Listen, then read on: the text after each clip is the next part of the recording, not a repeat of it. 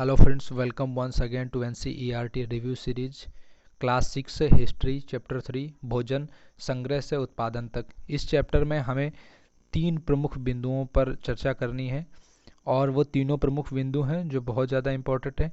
इसमें एक जो ये लिस्ट दी गई है, एक हमारे लिए इम्पोर्टेंट, सबसे ज़्यादा इम्पोर्टेंट तो हमारे लिए यह लिस्ट है। इसमें एक तरफ बताया गया है अनाज और हड्डियों के बारे में और दूसरी तरफ बताया गया है पुरा स्थलों के बारे में।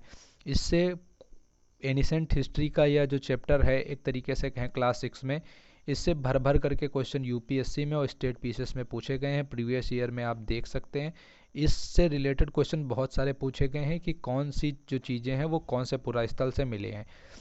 तो गेहूं के साक्ष्य, जौ के साक्ष्य, भेड़, बकरी, मवेशी, ये सारे के सारे साक्ष्य कहाँ से मिले हैं? मेहरगढ़ से मिले हैं, जो आधुनिक पाकिस्तान में। फिर से एक बार देख लेते हैं, गेहूं, जौ, भेड़, बकरी और मवेशी सारे के सारे मेहरगढ़ आधुनिक पाकिस्तान से।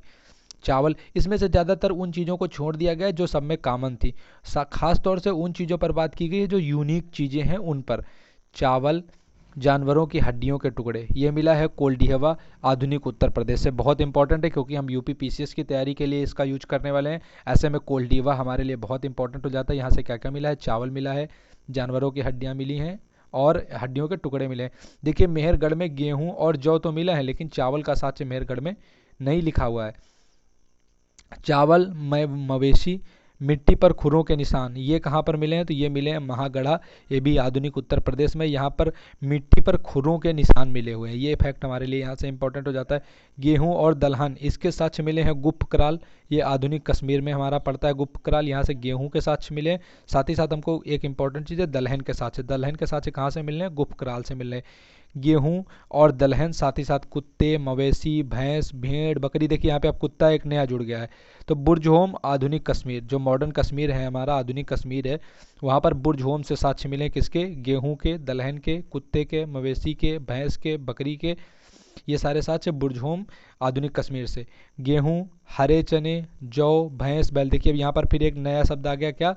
हरे चने। कहाँ से मिला है? चिरांद आधुनिक बिहार से। मॉडर्न जो बिहार है हमारा आधुनिक बिहार है, वहाँ से हमें क्या मिला? गेहूं, हरे चने, जौ, बैल, भैंस। कहाँ से मिला? चिरांद आधुनिक बिहार से। चिरांद आधुनिक बिहार। ज्वार बाजरा, आप देखिए यहाँ पे ज्वार बाजरा, फिर एक नया शब्द आ गया ज्वार बाजरा। मवेशी, भेड़, बकरी, सुअर, देखिए एक नया आ गया है यहाँ पे तत्व। ये सब कहाँ से मिला है? हल्लूर, ये कहाँ पर है? आधुनिक आंध्र प्रदेश में।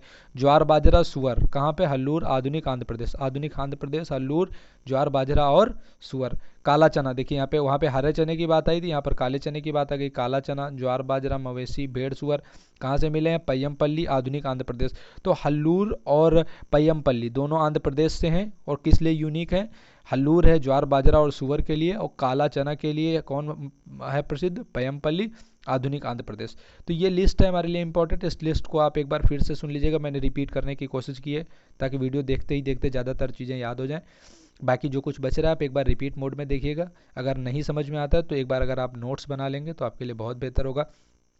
अब 2 प्रमुख स्थान हैं, उन स्थानों के बारे में यहाँ पर एक टिप्पणी की गई है, बस वो टिप्पणी हमारे लिए इंपॉर्टेंट है, फिर ये चैप्टर खत्म हो जाएगा।